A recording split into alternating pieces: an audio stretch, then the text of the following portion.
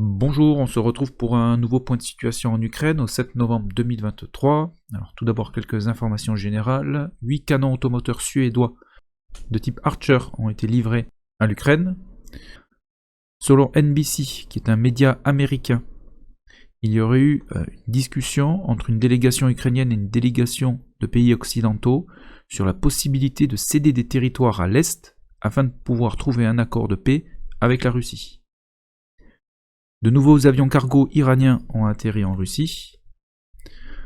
L'adjoint au général Zaloujny, qui commande les forces armées ukrainiennes, a été tué à Kiev à l'aide d'un colis piégé. Et enfin, un petit mot sur la météo. Les précipitations ont augmenté sur la ligne de front et la boue commence à faire son apparition. Nous allons maintenant nous rendre sur le terrain en commençant avec la région de Kharkov, et la ville de Kharkov a été bombardée, et on note dans cette région que, et sur l'ensemble de la frontière avec la Russie, un redéploiement de troupes ukrainiennes, donc le long de la frontière. Dans la région de Luhansk, sur Sinkivka, légère progression des Russes à l'est du village. Une attaque russe dans le secteur d'Oriansk a été repoussée par les Ukrainiens. On continue sur le long de la ligne de front, il n'y a pas eu d'évolution donc dans cette région, ni sur Siversk, donc ce qui nous porte directement dans la région de Bakhmut. Au sud-ouest du village de Berkivka, ici, on note une progression des forces russes, ici, dans la zone boisée, donc ce qui est matérialisé en violet. Sur Klishivka, les combats continuent, mais pas d'évolution sur la carte cette dernière semaine. On va maintenant se diriger directement dans la région de Avdiivka, où les attaques russes continuent. Alors sur le nord et au sud, donc ici et ici. Dans le secteur nord, l'artillerie ukrainienne est très active. Elle a détruit plusieurs colonnes de véhicules blindés russes donc qui passaient à l'attaque. Donc vous avez une vidéo en description sur une de ces attaques. La ligne de chemin de fer est toujours dans la zone grise. Côté russe, les pertes sont importantes. Et côté ukrainien, également dans la zone grise, 2 Bradley ont été endommagés sur le secteur de la ligne de chemin de fer. Au nord-est de Stepovier, ici, dans la zone grise, il y a quelques infiltrations de l'infanterie russe qui ont été donc observées. Mais comme vous pouvez le voir sur la carte, pas d'évolution donc cette dernière semaine dans ce secteur, tout comme dans le sud, dans le secteur de Zviernie, ici. Tonenkié a été bombardé par les Russes, notamment avec des FAB. Donc les combats continuent, mais pas d'évolution sur la carte. On continue, pas d'informations depuis Marinka, ni sur Nova Mikhailivka. Sur Vuhledar, alors ici, les Russes sont passés à l'attaque à l'est de Vuhledar, dans ce secteur ici. Il y a eu un léger gain de terrain, mais la principale offensive russe a été repoussée par l'artillerie ukrainienne, qui a bombardé donc le secteur au nord-est de Mikilskié, donc ici exactement, bombardement important par l'artillerie ukrainienne qui a stoppé l'attaque russe. Malgré cela, les Russes ici ont repris un petit peu de terrain. On continue sur la ligne de front, on arrive dans la région de Zaporizhia, on va commencer avec le secteur de Velika Novosilka, au nord-est de Priotny, donc Priotny c'est ce village qui est ici. Ici il y a eu une attaque des Russes, donc une avancée avec leur infanterie, qui a pris d'assaut un bastion ukrainien avec notamment l'appui de drones kamikazes. Donc vous avez donc la source et la géolocalisation de l'attaque en haut à droite. Et dans le secteur de Staromayerskie et Urozaine, ici, il n'y a pas eu d'évolution. Il y a des combats dans la zone grise, mais cette dernière semaine, on parle plus d'escarmouches ici que de réelle offensive. Et pareil dans le secteur de Novodonetsk et Novomayorskie, à l'est ici. Pas de mouvement important. On se porte maintenant dans la région de Orikiv. Ici, alors plusieurs brigades ukrainiennes ont reçu des renforts en hommes et un recomplètement en matériel. Donc les forces ukrainiennes devraient reprendre leur offensive dans ce secteur prochainement. Sur Robotiné, les Ukrainiens progressent légèrement à l'ouest du village, ici. Donc je n'ai pas mis dans une autre couleur parce que c'est une centaine de mètres qu'ils ont gagné donc, cette dernière semaine. Et les combats ont toujours lieu donc à proximité donc, de Novoproprivka, ici. Donc le village reste sous contrôle des Russes. Et de Verbovier également, qui reste également sous contrôle des Russes. Donc voilà pour le secteur de Robotiné.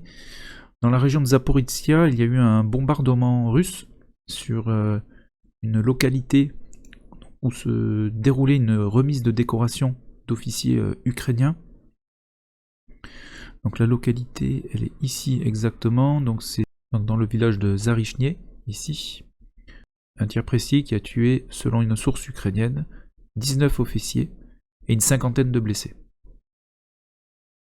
Donc voilà.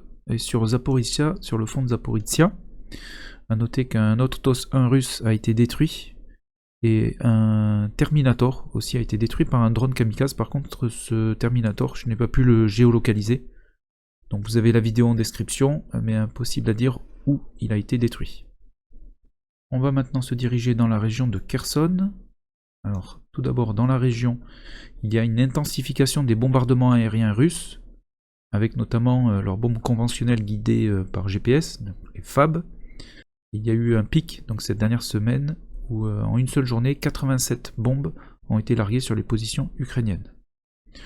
Maintenant, on va se diriger sur le village de Krinky. Donc, nous pouvons maintenant parler ici d'une tête de pont de l'armée ukrainienne, puisque ces derniers contrôlent toujours le centre du village et commencent à étendre leurs gains vers le nord-est et le sud-ouest. Donc ils essaient d'étendre dans ces deux directions. On note également que les Ukrainiens ont commencé à transférer des véhicules blindés au-delà du Dniepr, ici, donc dans ce secteur toujours.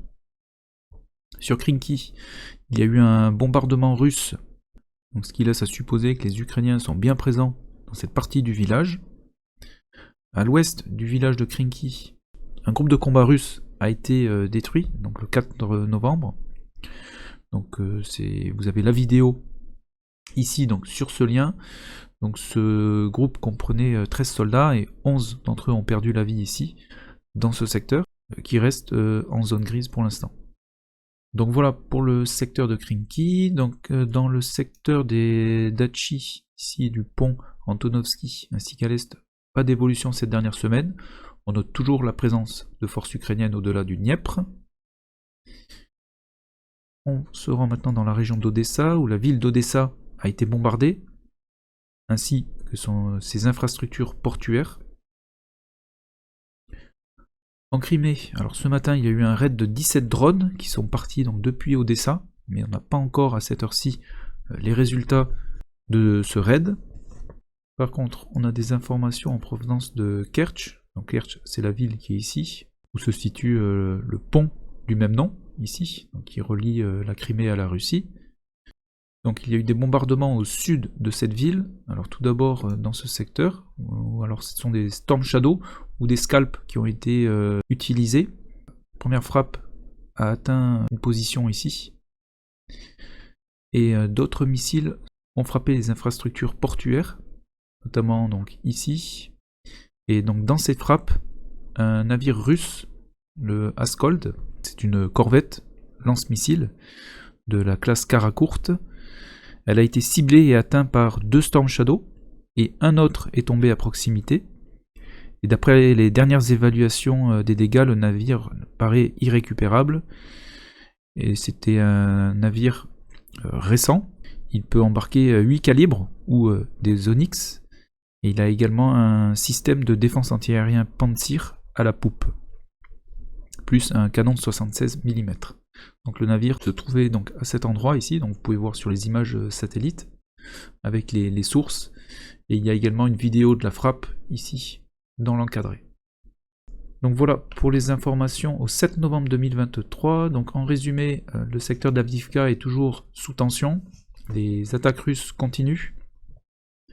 Sur le front de Zaporizhia, les Russes ont légèrement progressé au nord-est de Priotny. Les Ukrainiens se renforcent dans le secteur de Orikiv. Ils devraient repasser à l'attaque ces prochains jours ou semaines. Dans la région de Kherson, les Ukrainiens renforcent leur tête de pont sur le village de Krinky. Ce matin, il y a eu un raid de 17 drones sur la Crimée, mais à l'heure où nous enregistrons la vidéo, nous n'avons pas les résultats de l'attaque. Et un navire russe de la classe Karakourt, donc une corvette, a été ciblée et atteinte dans le port de Kertch. Voilà, bien écoutez, je vous souhaite une excellente journée, portez-vous bien et à très bientôt. Merci.